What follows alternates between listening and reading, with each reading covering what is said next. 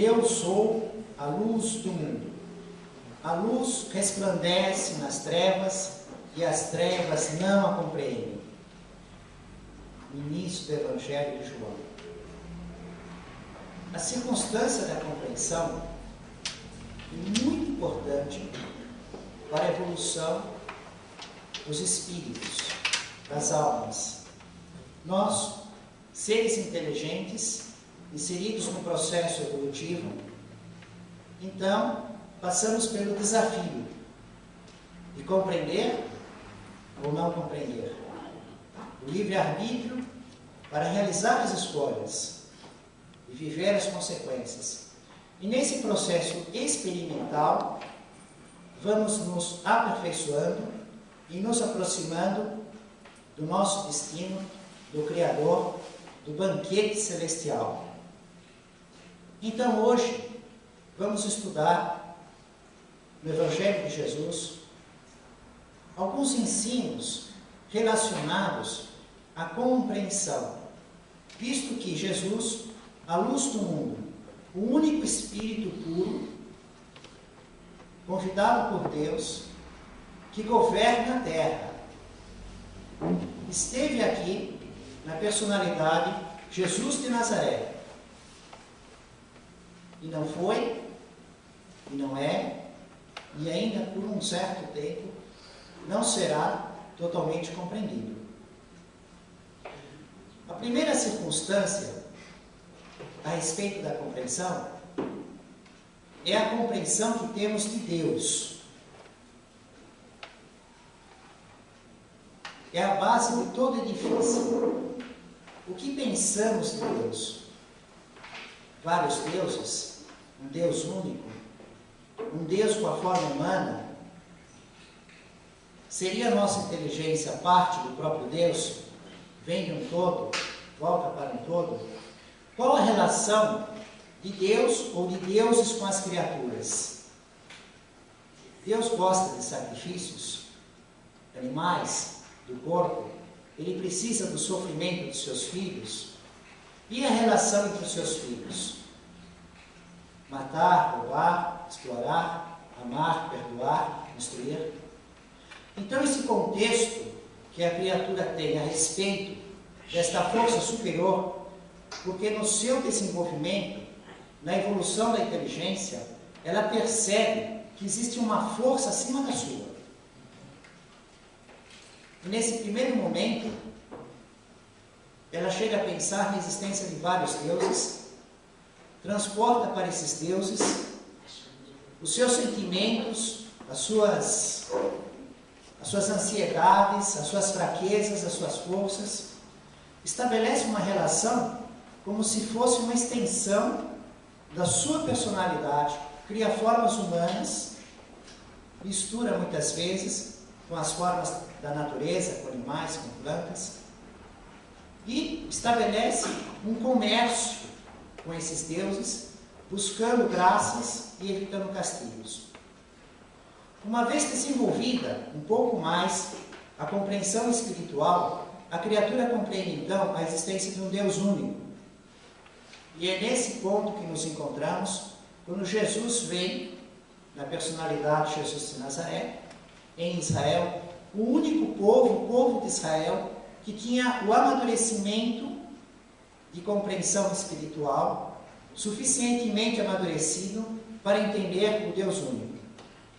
No entanto, temos que observar que falamos sempre de generalidades, porque muitos séculos antes de Jesus, Sócrates esteve na Terra.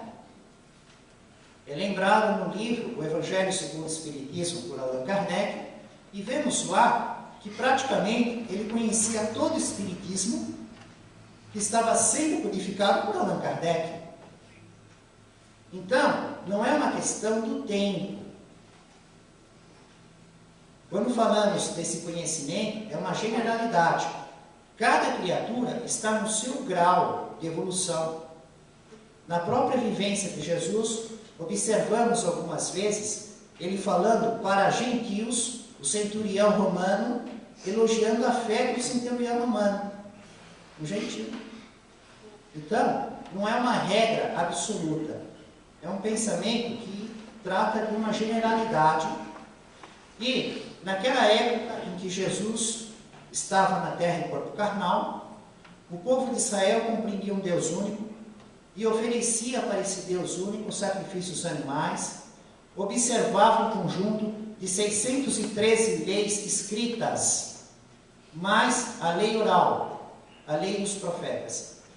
E aí é que está o primeiro lugar que temos que ver como estamos pisando, né? A nossa compreensão. Porque uma coisa é certa, nós não podemos compreender a natureza íntima de Deus.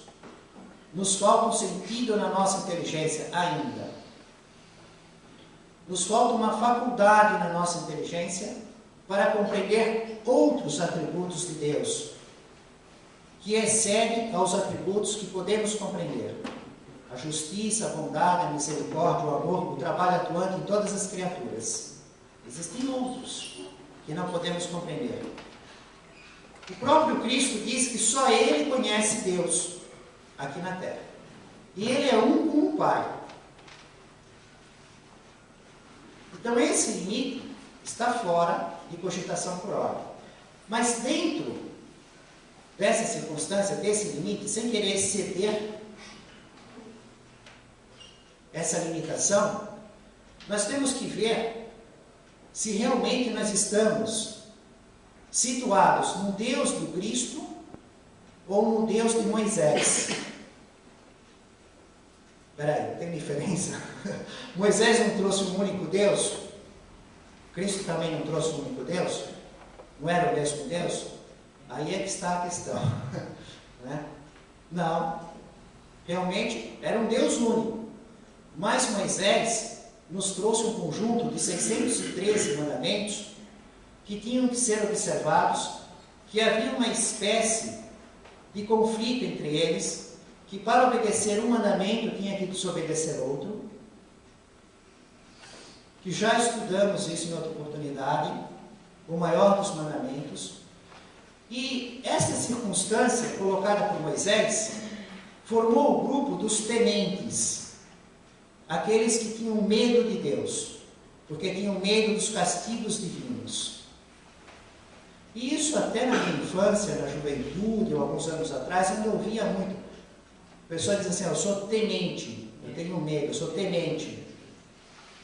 Porque eles entendiam Deus em condições de aplicar um castigo. É castigo de Deus.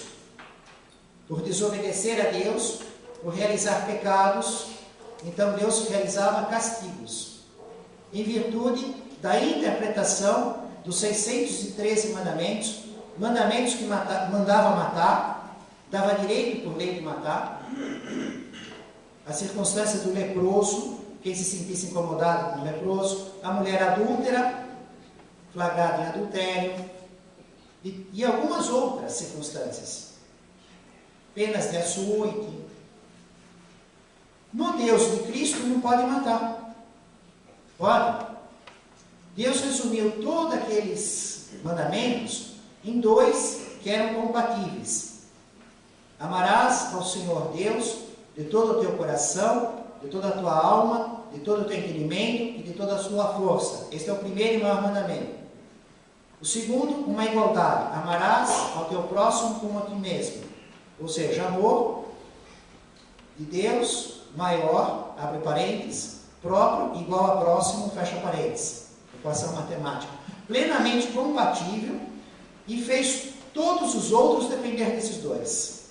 Logo, você não pode matar, porque para ter o direito de matar, como está na lei de Moisés, na relação da criatura com Deus, você estaria desobedecendo, estaria quebrando a dependência, porque é superior o amor ao próximo,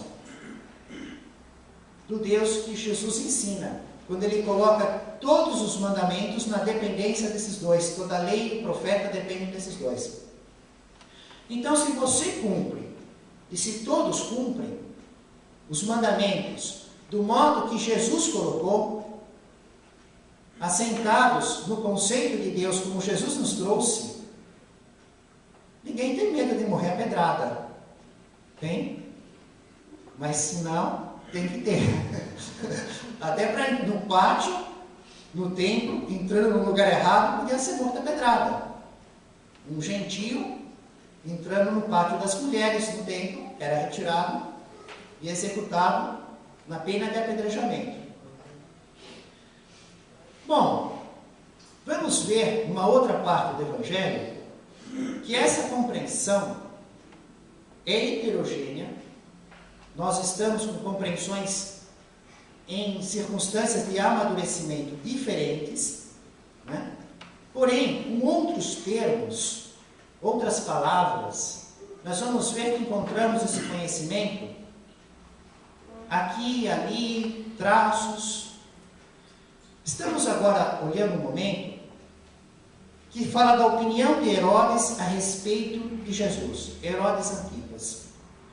Herodes foi aquele rei, aquele tetrarca, que casou com a mulher do irmão, Herodíades. E João Batista, não, que é lícito possuir a mulher do teu irmão. Foi preso. No dia do aniversário de Herodes Antipas, Salomé faz uma dança alucinante. O rei promete para ela o que ela quiser, na frente dos principais convidados. Te dou até a metade do meu reino, pode pedir o que quiser, eu juro. Ainda jura na frente dos convidados. Ela consulta a mãe, que estava por aqui com João Batista, e pega a cabeça de João Batista. Herodes não gostou dessa ideia, porque politicamente não era conveniente, mas manda executar a ordem. E a cabeça de João Batista, a pedido de Salomé, é trazida no salão. Bom, a partir daí, a fama de Jesus cresce muito em virtude da maior intensidade dos seus ensinos e de suas curas. E Herodes está questionando, conversando, quem é Jesus? Como ele faz essas coisas? De onde vem seu poder? E aí, percebemos que nesse diálogo entre Herodes e as pessoas que o cercam, com os termos deles na época, porque evidentemente eles não conheciam o livro dos Espíritos, o livro dos Médiuns, a produção mediúnica de Chico Xavier, e nos tinham os nossos termos. Mas, observando a essência do pensamento deles, especulando de quem era Jesus, com que poderes ele fazia aquelas curas, para nós, isso está fácil, essa resposta. Nós compreendemos isso. Nós temos alguma dúvida nisso? Não. Nós estamos estudando o pensamento deles. Nós sabemos, pelo esclarecimento da doutrina espírita, e nós, os espíritas cristãos, sabemos disso, né, que Jesus foi criado do mesmo modo que nós, no princípio inteligente, realizou sua evolução, já estando no grau máximo, ser espírito puro, junto com outros em volta do Sol, foi convidado por Deus para formar a Terra. E segundo a ciência acadêmica, mais de 4 bilhões e 500 milhões de anos. Ele já era formado. E nós estamos em processo de evolução. Num dado momento, ele encarna na Terra e exemplifica o Evangelho. De certo modo, até ele é a única prova de que um espírito pode chegar à perfeição. De certo modo, não, de único modo que temos aqui, né? Porque existe isso na teoria, mas prova na prática. Está lá Jesus, um espírito perfeito que veio aqui e está conosco, cuidando da nossa evolução. Então, nós sabemos. Porém, o que eles disseram? O que eles especularam a respeito? Uns disseram assim, foi João Batista, que ele se refere, que foi ressuscitado dos mortos. Porque João Batista já tinha morrido, tinha sido degolado. Então, eles imaginavam que ele havia ressuscitado dos mortos. Eles tinham aquela expressão que morrer é deitar-se e ressuscitar é levantar-se. Né? Realmente, quando morre, deita o corpo carnal, o corpo espiritual, depois separa o corpo espiritual, então a ressurreição é levantar-se, a aparição de espíritos. João Batista e Jesus tinham aproximadamente a mesma idade. João Batista era um pouquinho mais velho, né? Não é isso? Então era certo, eles estavam querendo dizer o que com isso? O que eles entendiam? Esta pessoa que afirmou assim foi João Batista, ressuscitado dos mortos, que está dando o poder de Jesus. Ele está falando pelos poderes de João Batista ressuscitado. Ele estava entendendo que o espírito de João Batista é que estava fazendo Jesus falar ou fazendo Jesus curar, fazendo seus feitos. Sendo Jesus, então, um médium do espírito João Batista. Né? Essa que é a interpretação, sempre essa linguagem. Mas é exatamente o que está escrito no Evangelho. O Evangelho, a Bíblia, só que não está aquele livrão preto enorme, estou lendo aqui a Bíblia. João, que foi ressuscitado dentre os mortos, uma das opiniões. Outra, é Elias que reapareceu. Nesta colocação, eles podem estar compreendendo ou a influência do Espírito Elias, que é o maior profeta, ou a própria reencarnação do Espírito Elias, que Jesus seria a reencarnação do Espírito Elias. Nós compreendemos que nenhuma coisa nem outra, né? Porque Jesus era um espírito puro, e ele não era médium de nenhum espírito. Não havia espírito mais evoluído do que ele para ensinar algo, instruir algo a Jesus. E nem as suas curas ele realizava com seus próprios fluidos, ele não era médium de cura. As curas, no caso de Jesus, eram anímicas, ele curava com a sua alma, com os seus fluidos. Se fosse usar o termo médium para Jesus, seria do pensamento de Deus direto, ele seria médium de Deus, intermediário de Deus. Ele receberia a palavra de Deus. Se fôssemos levar isso ao rigor da palavra, ele seria o único profeta do mundo, do jeito que os judeus pensavam. Aquele que ouve a palavra de Deus, diretamente de Deus, só o Cristo, só Jesus. Porque eles diziam que os profetas ouviam a palavra de Deus, ouviam dos Espíritos que traziam a mensagem de Deus. Se fosse levar ao pé da letra isso, então o único profeta do mundo é o Cristo, porque só ele tem condição de receber o pensamento direto de Deus. E o Herodes Antipas, ele ouviu essas colocações, inclusive alguns colocaram que nem seria influência do espírito de João Batista, e nem seria de Elias ou a reencarnação de Elias, que seria um profeta, nenhum desses dois. Eram opiniões diversas, porque eles tinham o quê? Compreensões diversas, interpretavam Jesus de modo diferente. Mesmo estando todas elas erradas, enganadas, é possível observar esses conceitos que alguns deles tinham, da comunicação dos espíritos, da reencarnação. Alguns diziam que era apenas um dos profetas do passado que havia voltado. Outra vez a ideia da reencarnação. E Herodes Antipas pensou e deu a opinião dele, a opinião pessoal, particular de Herodes Antipas, anotada na Bíblia, que Jesus é João Batista que eu mandei decapitar. É ele mesmo que foi ressuscitado dos mortos, e é por isso que os poderes operam através dele. E esse termo que ele usa aqui para anotar a opinião de Herodes é muito interessante. Os poderes operam através dele. Isso é exatamente a mediunidade, né? Pode ser que, olhando com rigor o conjunto inteiro das revistas espíritas, dos 12 livros, ou livro dos médiuns, de repente nós vamos ler exatamente isso, o poderes operando através dele. Porque isso é ser médium, operar através dele, intermediário.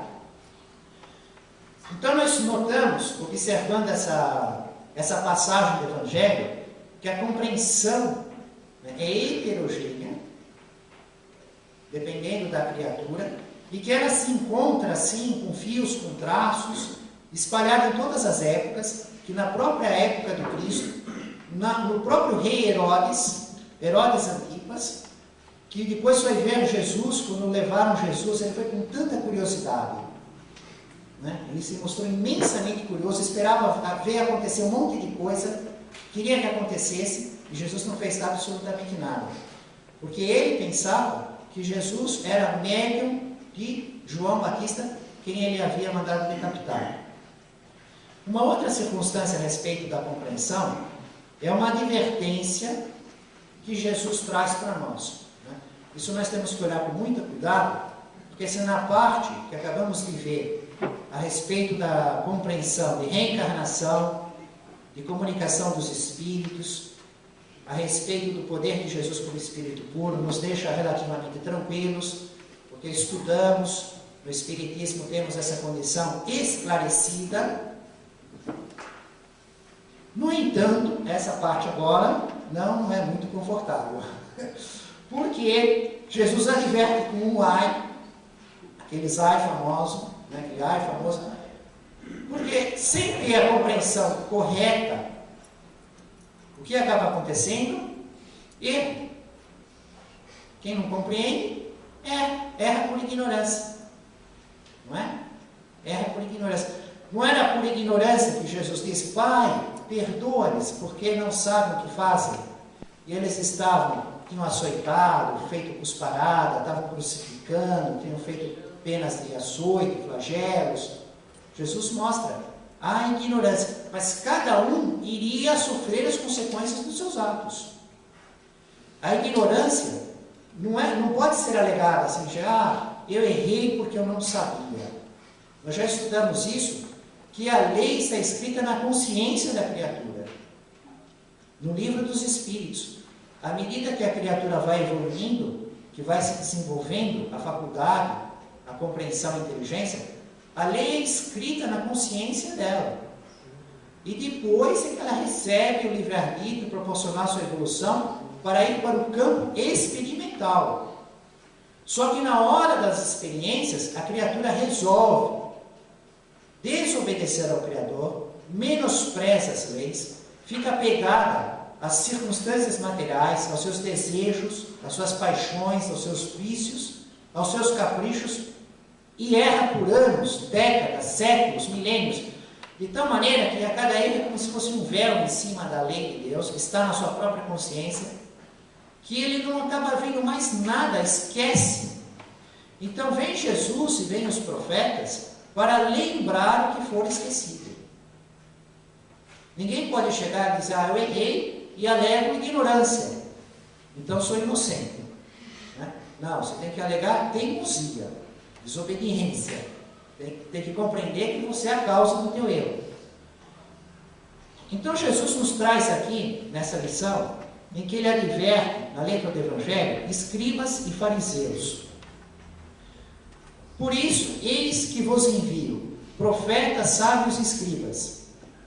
Na verdade, esses profetas, sábios e escribas, que Jesus se refere formalmente naquela época, em que eles viviam recebendo esses profetas, né? Isso não fica só naquele tempo, isso tem aplicação para nós. Nós recebemos o ensino de Deus. Por onde? Onde que está o nosso profeta? Onde que está o nosso sábio, o nosso escriba? O Chico Xavier é um deles. Esses livros que Chico Xavier nos traz psicografado, nos ensinam a circunstância da vida espiritual, esclarece o nosso dever, mostra o nosso roteiro evolutivo. O livro Céu e Inferno de Allan Kardec nos ensina o processo da morte, a separação do corpo espiritual do corpo carnal, a diferença em conhecer antecipadamente o Espiritismo, se preparar para essa circunstância, entre o bem e o mal, corrige aqueles erros de interpretação que podem estar cristalizados na compreensão da criatura, criando sérios problemas, com conceitos que estão incorretos a respeito de anjos e demônios. Isso é muito útil, porque quantos milhões de homens na Terra possuem um conceito totalmente errado, deformado, iludido do que é anjo e demônio. Até mesmo um filme que está passando pelo cinema, baseado em fatos reais. E eu fui observar que realmente os fatos eram reais, só que ele não compreende nada do que é um demônio. E ainda se julga, é considerado o grande entendido de demônio. Né? Então você imagina o que dá a interpretação disso. Mas os fatos eram reais. A pessoa mantinha uma relação com os maus espíritos, queria agradar os maus espíritos que ela chamava demônio, matou o filho, se suicidou, estava pegada no lugar, no imóvel, passa séculos, o imóvel vai a leilão, quem compra não sabia disso, nem o banco que vendia, depois começa a observar fenômenos dentro do imóvel, uma médium vidente vê, mas eles não conseguem interpretar. Se tivesse o livro Céu e Inferno, e visse o que é um demônio, o que é um suicida, como entra em relações com ele, como pode ajudar, era outra conversa. Então, inicialmente, estudam fatos reais, mas sem conhecimento do que é o espírito no seu processo evolutivo. É aquilo lá que a gente vai ver no filme do cinema. Acaba sendo aquela circunstância. Então, nós, que estamos vendo aqui na letra de Jesus, Deus falando que Ele envia profetas, sábios e escribas. E nós estamos inseridos nisso. Essa advertência que Jesus vai fazer aqui na continuação, que Ele está fazendo nesse contexto, ai de vós, que... Então, é uma advertência para nós. Deus está fazendo a parte dele, Ele está nos enviando, o máximo, o próprio Cristo com o seu Evangelho. E depois, uma grande quantidade de espíritos esclarecidos, que vão nos ensinando, esclarecendo, tirando dúvidas, iluminando os caminhos, nos auxiliando, não com a pretensão que a gente vai ser santo hoje, mas de realizar um certo progresso moral, um certo progresso de compreensão a respeito da vida espiritual. Passar de ano no ano que está matriculado no processo escolar. Não precisa tirar 10 em tudo, mas precisa ter um aproveitamento mínimo em cada matéria, para não pegar nenhuma DP, né? E aí passar de ano, com esse objetivo, com esforço, com a consciência de querer fazer evolução. Por isso, eis que vos envio profetas e sábios escribas. A uns matareis e crucificareis, a outros açoitareis em vossas sinagogas e perseguireis de cidade em cidade. E assim cairá sobre vós todo o sangue dos justos, derramado sobre a terra, desde o sangue do justo Abel, até o sangue de Zacarias, a quem matastes entre o santuário e o altar. Para nós, se ele falou em Abel e Zacarias, ficou um pouco longe. Para eles, ele falou do dia a dia deles. Quando a gente vê assim, esse Abel, e lembrar que o livro da Gênesis começa por Caim e Abel, é o primeiro assassinato. Jesus pega o primeiro assassinato e o último assassinato do Antigo Testamento, do cânone judaico. Quer dizer, todos, não tem nenhuma exceção. Do primeiro assassinato de um homem justo, Abel, livro da Gênesis, ao último assassinato de um homem justo, Zacarias, que estava no templo, entre o santuário e o altar do sacrifício dos animais. Jesus está falando do templo de Jerusalém. Não dá para imaginar uma igreja nossa. Mas por que ele falou entre o santuário e o altar? Imaginar aqueles lugares que a pessoa ajoelha, não é nada disso. Aquela rampa, aquele altar que sacrificava os animais, e o santuário, pequeno santo, o santo dos santos, o candelabro de 7 braços de ouro, a mesa com os 12 pães, também de ouro, o incenso, depois lá para dentro a arca, com as tábuas. Na época de Jesus só tinha pedra, não tinha as tábuas, o maná do deserto. Então, entre o santuário e o altar dos sacrifícios animais, mataram Zacarias. E Jesus está dizendo que o sangue é derramado sobre a pessoa que faz isso. E naquela época eles faziam isso. Eles matavam, açoitavam, perseguiam, crucificavam. E hoje, o que nós fazemos? Nós pegamos o livro e esquecemos na gaveta. E ficamos ligados em todas as coisas, né? Nós estamos lendo, mas estamos pensando em outras coisas. Nada daquilo que está lendo. Estamos lendo, estamos entendendo, mas não estamos querendo fazer aquilo porque é desconfortável. É mais gostoso continuar com os vícios. Estamos deixa na próxima vida eu faço. Nessa vida não. Vou deixar essa para a próxima reencarnação. Né? Então, esse matando, açoitando, crucificando, nós estamos fazendo das oportunidades. Nós estamos assassinando as oportunidades que Deus está mandando para nós, nos emprestando o corpo, o tempo, as instituições, né, os meios. E Jesus diz que o sangue do justo, então, você é responsável por esse sangue que é derramado. É os estudos que fazemos na vida do mundo espiritual de causa e efeito, ação e reação, karma. Sofremos as consequências dos nossos atos, dos nossos erros, desta vida e das vidas passadas. E ainda contamos com a misericórdia divina, porque vimos, há algumas semanas atrás, num estudo de um livro do Espírito André Luiz, na produção mediúnica de Chico Xavier, que pela misericórdia divina, de modo geral, nesta vida, dos erros da vida passada, só vem um terço dos erros. 2/3 fica estocado lá para o futuro. Então, 2/3 do sofrimento desta vida é erro desta vida mesmo. A pessoa reclama, porque as coisas estão fechadas para mim, porque as coisas não acontecem, porque parece, aí chega no atendimento fraterno, alguém fez alguma coisa, uma macumba, tem um trabalho, dá para você ver o que está acontecendo.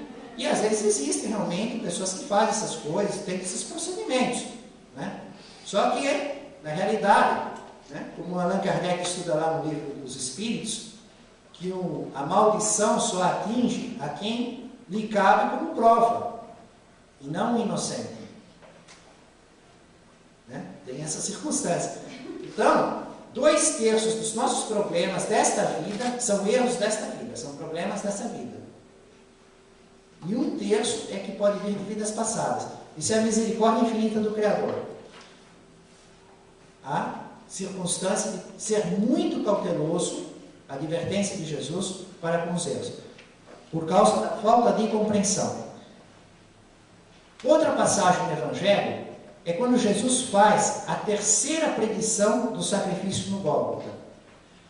E é interessante que a letra das anotações de Mateus, Marcos e Lucas diz que Jesus subia com os 12 para Jerusalém. Subia, porque Jerusalém era o lugar mais alto, subia realmente na altura, na distância, e que os 12 estavam assim, morrendo de medo, aterrorizados. Mas tinham que estar mesmo, né?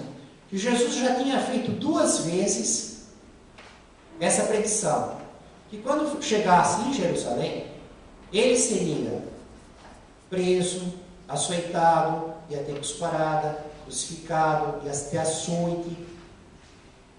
No terceiro dia ele iria ressurgir. Eles ficavam pensando assim, se vai acontecer isso com Jesus, que é o Cristo, o Filho de Deus, o que vai acontecer conosco? Nós não temos poder nenhum, nenhuma pedra a gente move do lugar. Ele comanda os efeitos da natureza, ele cura cegos, paralíticos, ele sabe o que as pessoas estão pensando. Nós não sabemos nada, não temos poder nenhum, não somos ninguém, com ele vai acontecer, com isso, o que vai acontecer conosco?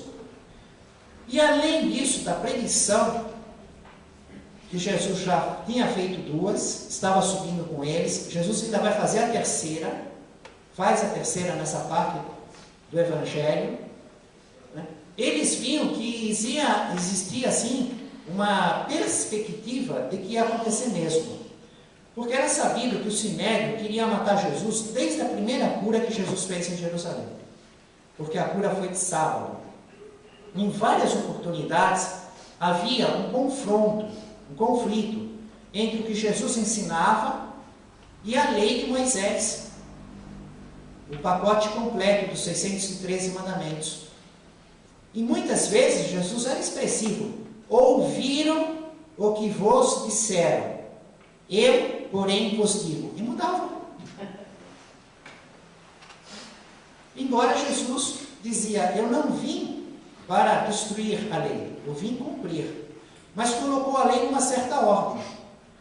Separou de Deuteronômio e de Levítico o amor a Deus, o amor a si próprio, o amor ao próximo de igualdade, Deus acima de tudo. Todo o resto, dependendo daquilo, ele não destrói a lei. Só que em algumas deixam de ter aplicação, porque depende dessas duas. O que é divino é eterno, ele vem até realçar. Mas o Sinédrio, em questão da interpretação da lei e também por interesse. Allan Kardec, quando codificava a doutrina e conversava com os espíritos, ele ficava pensando, e nós observamos que em certas reflexões, Mas é tão evidente, qualquer um consegue ver, olha as provas da realidade da manifestação dos Espíritos. Pega a produção mediúnica de Chico Xavier e observa aqueles milhares de dados que são conferíveis e que estão todos corretos. Já fizemos isso várias vezes. A palestra Verás o Céu Aberto, que está publicada no YouTube, tem várias dessas circunstâncias, a psicografia em braille, em idiomas invertidos. Então a evidência material era enorme. Seria fácil compreender isso que estamos estudando, a compreensão e a incompreensão.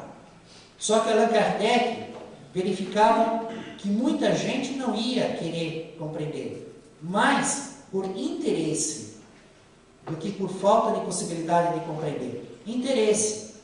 Né? Eles estão acomodados, eles vivem daquilo. Eles exploram aquilo. Eles estão acomodados. Aquilo dá uma circunstância de conforto. Pessoas que são livres pensadores, né? Eu tive um amigo, aí tenho, né? Só que ele não está mais vivendo na fase carnal, está vivendo na fase espiritual. Agora até ele é mais amigo do que antes.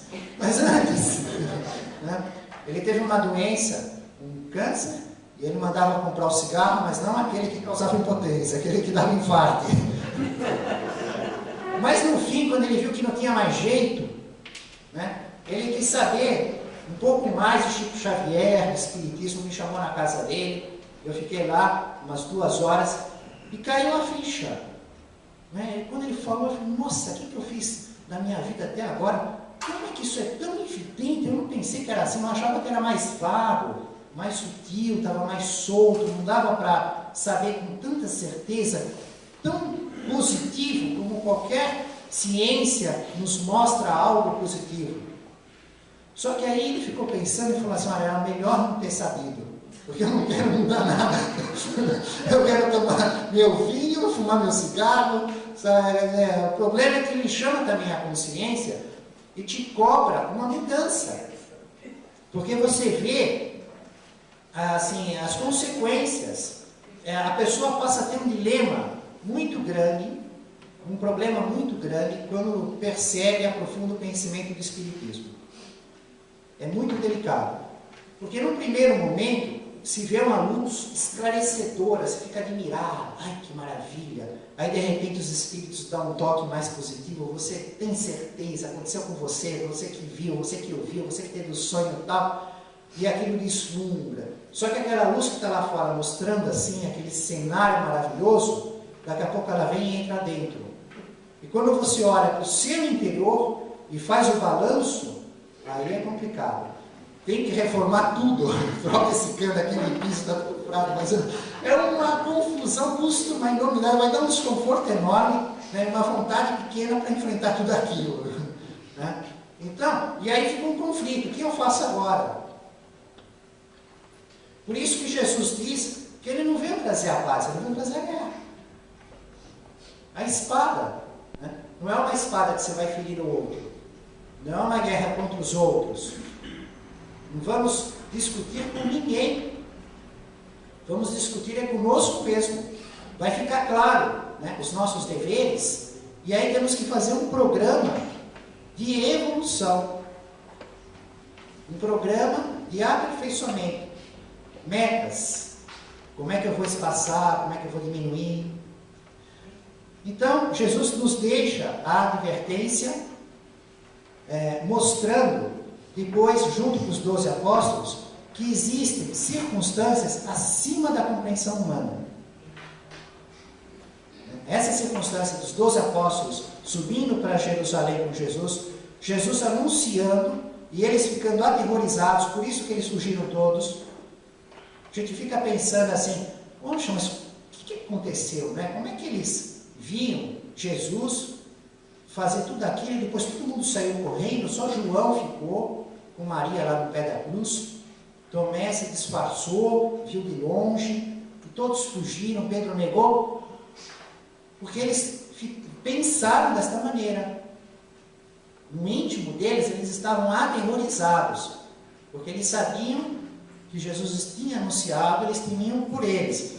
E eles não conseguiam compreender qual a utilidade daquilo. Como? Com todo esse poder, Deus vai permitir ele ser preso, humilhado, crucificado, que era uma pena para revolucionário, para ladrão, e ele não era. Como é que o Sinédrio ia conseguir uma sentença de condenação de morte? Como é que o Império Romano iria concordar com isso, num tempo tão pequeno? Para eles não existia lógica nenhuma, não era possível, não era execuível, acima da compreensão humana.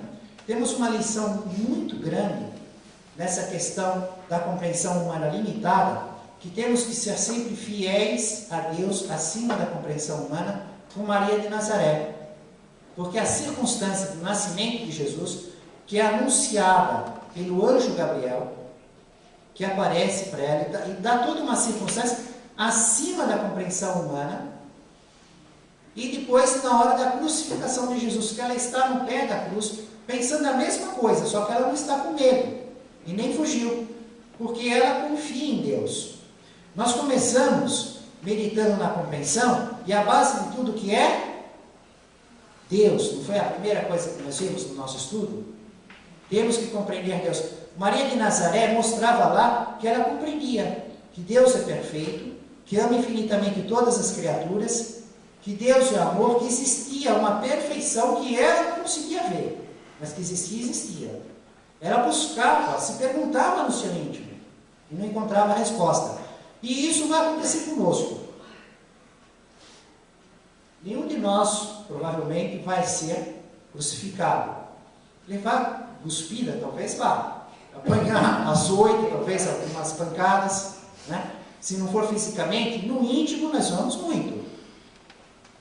No íntimo nós vamos, né? Ser crucificado, ser humilhado. E acima da nossa compreensão, nós vamos falar com Deus e não vamos encontrar uma lógica.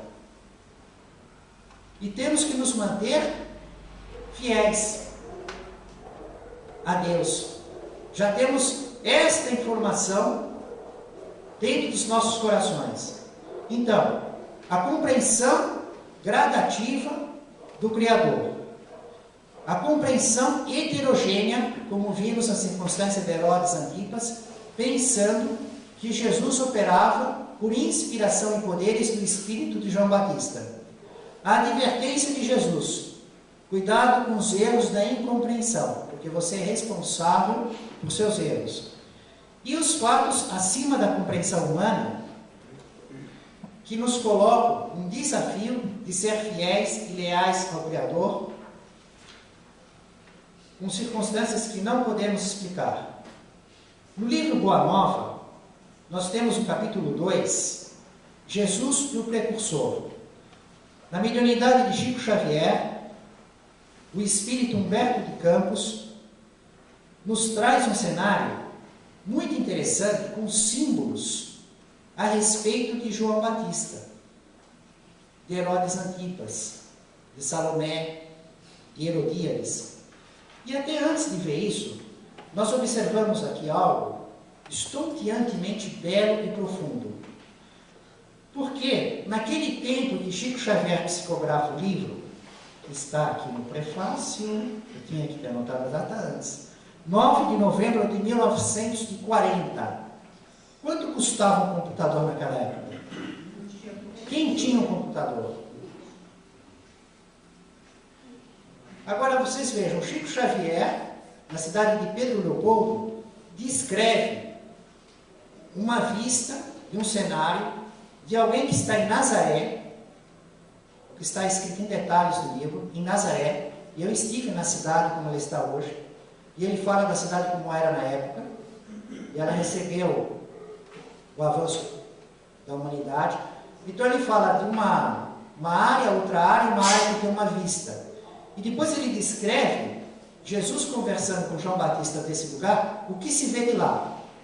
Olha só, sem os recursos de Google Maps, satélite, que mesmo com isso não daria para ver isso dessa maneira, talvez, né? Mesmo com esses recursos. Ante seus olhos surgiam as montanhas da Samaria, o cume de Magedo, as eminências de Gilboé, a figura esbelta do Tabor, onde mais tarde ficaria inesquecível o instante da transfiguração, o vale do rio sagrado do cristianismo, que é o Jordão, os cumes de Safed, o golfo de Calfa, Khalfa, o elevado cenário do Pireu, num soberbo conjunto de montes e vales ao lado das águas cristalinas. Imagine esse cenário descrito desta maneira, né? Uma penada só, por um médium que só fez o primário, o ensino fundamental dos nossos dias, no grupo São José, na cidade de Pedro Leopoldo. Só isso já não é uma prova que até um cego vê isso. Como é que não pode ver uma coisa dessa? Né? Descrever tudo assim. Quando eu estive nesse lugar, eu tentei verificar isso. Né? Mas era um pouco difícil, porque não tem a plaquinha aí, se eu comentava, né? De certo modo, dá para conferir. O que eu pude conferir está tudo certo. Mas também eu não achei nenhum lugar que eu pudesse conferir exatamente todos esses detalhes. Existe um livro de um professor de História e Geografia que fez essa pesquisa dos lugares citados nos romances de Emmanuel, que fala da Turquia, de Israel, dos lugares de todos os lugares venerados do cristianismo, né? Mas não conta aqui, estando em Nazaré, nesse lugar, as vistas, os montes, essa posição. Então, realmente é algo fantástico. Mas os símbolos, terminando aqui as nossas reflexões a respeito da compreensão, é porque nós vimos no início o que acaba acontecendo, né? É uma festa de aniversário e Herodes Antipas não queria, a princípio, mandar matar João Batista, porque politicamente era inconveniente. O povo tinha João Batista como um profeta, quem ouvia a palavra de Deus. E isso era muito grave e desconfortável para um rei mandar matar uma pessoa que tinha todo um conjunto de admiradores e seguidores. E era desconfortável deixar João Batista solto, falando que ele não estava observando a lei, né? A lei dos judeus, os 613 mandamentos, mas a lei verbal estava com a mulher do irmão dele. Então, tê-lo preso era exatamente o confortável. Vivo, mas preso. Lá ele fala, ninguém ouve, o povo está para lá, ele está preso. Só que a mulher dele, Herodíades, criou essa circunstância, se aproveitou, ele ficou na frente de todo mundo, atendo ou não atendo? Acabei de jurar que eu atendo, que eu dou até metade do meu reino. Aí ela quer a cabeça de João Batista. Então, Emmanuel nos diz assim, que Herodes Antipas, ele cedeu, né? Ele contrariou a lei que estava na consciência dele, a lei de Deus na consciência dele, pelas conveniências políticas. Muitas vezes vamos ser desafiados nessa questão, vai chegar um problema, e a lei está lá na consciência, você deve fazer isso. Só que nós vamos olhar, mas politicamente não me convém.